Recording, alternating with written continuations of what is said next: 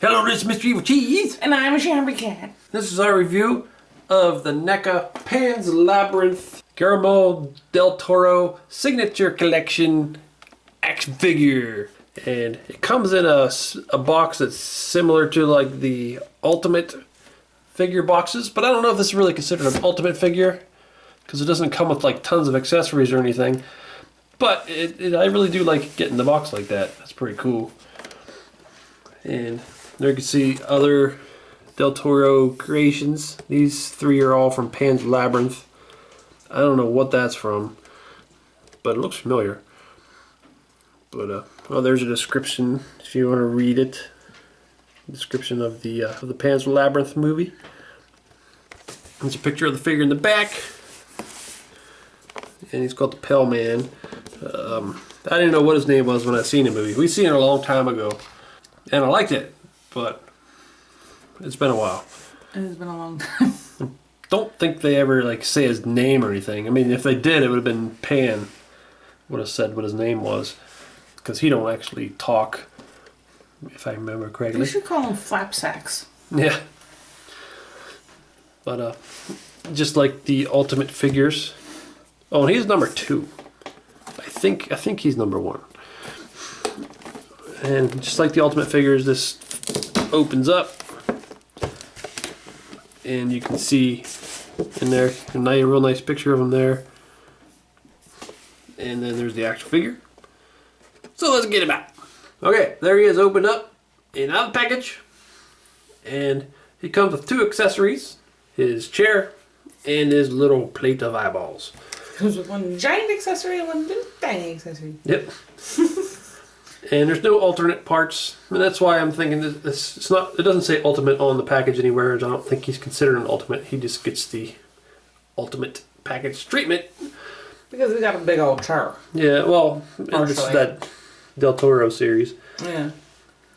And he's so gross. Yeah, he's gross, but he's cool. He makes for a cool figure. He's one of the most memorable things from that movie.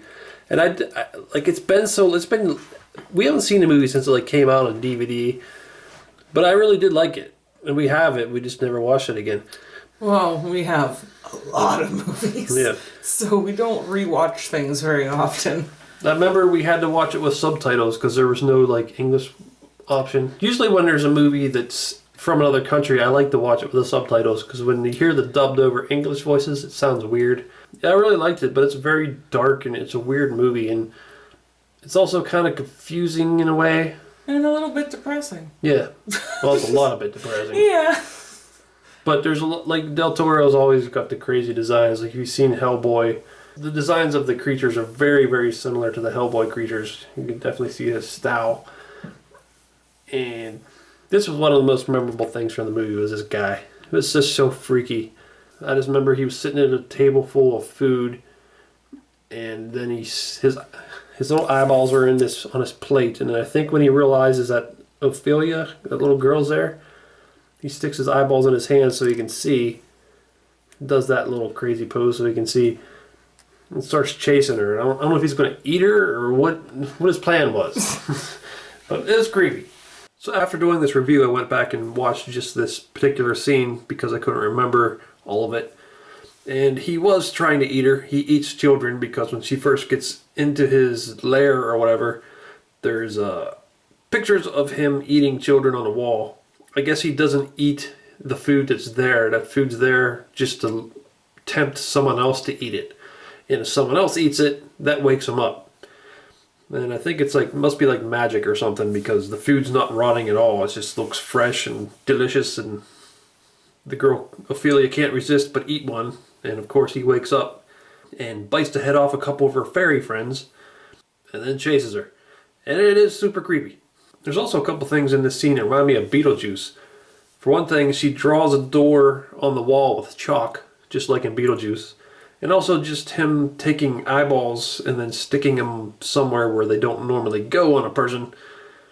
This reminds me of Beetlejuice when the 2 main good characters in Beetlejuice try to come up with their scary disguises and put eyeballs in their mouths and put on their fingers. That reminded me of Beetlejuice. So there he is, kind of sitting in a chair, before he puts his eyes in his hands. And I mean, that's for the table, but I mean, the table is humongous, and there's no way they're going to include that.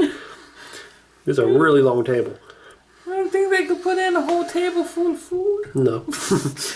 But let's pretend there's a table in there. Let's look at the chair. It's a nice little chair. Lots of detail on it.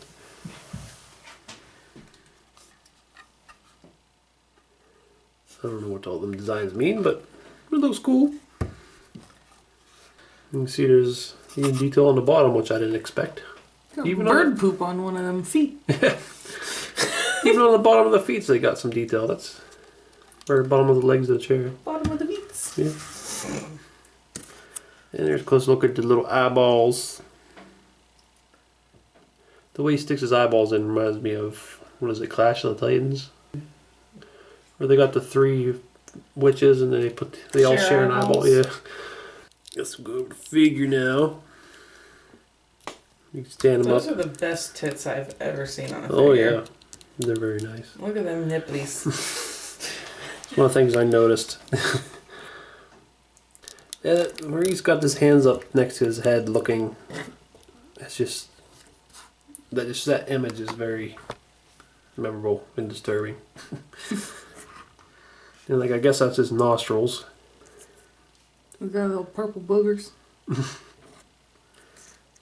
Like, if you look closely, you can see like little veins and things on his head. And he is very pale, which is why they call him the Pale Man.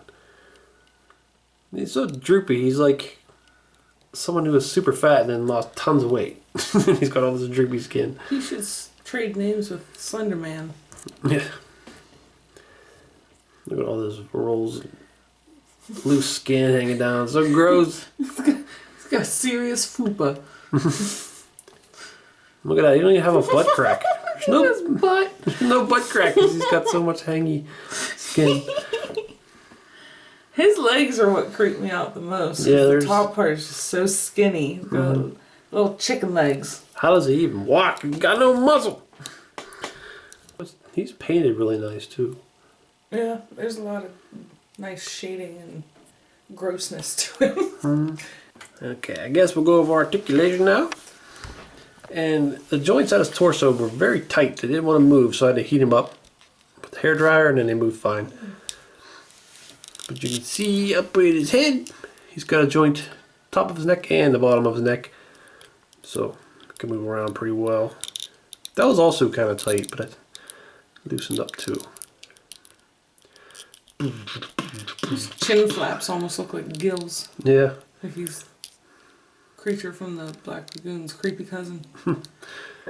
And up at the shoulders, like that. Then the elbow, because it's double jointed elbow, which is good. He kind of needs that to do his main pose. And then I think it could spin at both of those joints. Then at the wrist, there's a hinge, goes like that. You can also spin the hand. And then the 2 torso joints, which are ball joints, so you can do whatever there. Go back about that far. It looks kind of weird though, because the skin starts sticking out. And then you get down to his hips. And there's a hinge there. You can spin.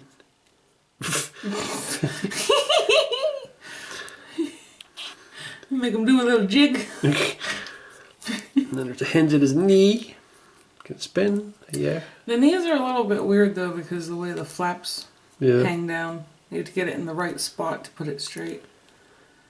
Oh yeah. Then down at the ankle, I think it's just the ball joint. Yeah, pretty sure. Doesn't look like it moves very much down at the ankle. I think it's kind of tight, but I'm afraid to loosen it up because I don't want it to be too loose. Yeah. So articulation is pretty good on him. Oh, it's limited in spots like his hips and knees, but still pretty good.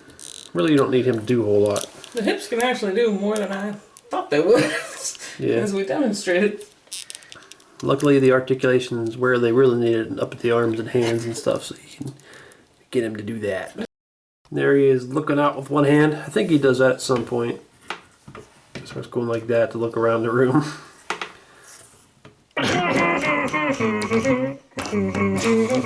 And there's the Pell Man next to a couple of NECA's other figures. The Terminator, Predator, and Jason. Just for a height comparison, and you can see that Pell Man is pretty tall. He's almost as tall as a Predator. He'd probably be about the same height if he stood up straight completely. So that's cool, because he did look tall in the movie. Okay, so I love this figure. I love creepy, freaky figures, and this one is definitely that. He is weird. He's so gross. Like, and I mean that in a good way. Like, I like that he's so gross. It's awesome. Mm-hmm. I love his articulation of his arms and stuff. You can get him in positions you need to. And his creepy nipples. And all of his flaps. They're all painted and sculpted so nicely. And I like that he comes with his chair. So you could have him in his sitting pose. Mm-hmm. Obviously, they couldn't include the table because that's just, like we said, it's just way too big. It'd be like $100 just for this toy. Yeah. And it's cool he comes with his little plate of his eyes, but he doesn't have them in. And the articulation's alright. Well, actually, I think for him, it's pretty much perfect. There ain't really much else that I think you need to do with him. And yeah, the chair is cool. And it makes me want the other ones. Like, there's making Pan. And I do want him. This is definitely the guy I wanted most. Oh, yeah. But I'll probably still get Pan. He's a little freaky too, but not as freaky as him.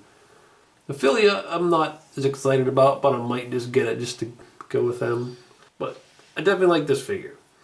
If I only got one, it would definitely be this one. Well, I love this figure. I think they did an excellent job on it. And, this is Mr. Evilcheese. And I'm Zombie. Thanks for watching. Go back. So I hear they call you the Pale Man. Well, they call me the Tan Man. And I hear you like to eat children. Well, I don't like to eat children. I like to eat my vitamins. But that's okay, because I don't care what you do. You're my tag team partner against Macho Man Randy Savage in the Ultimate Warrior.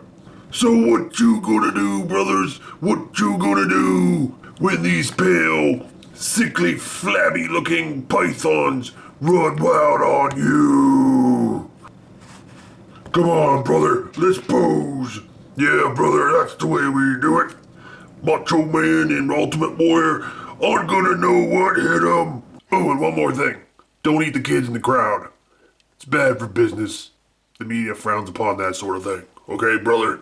Let's go!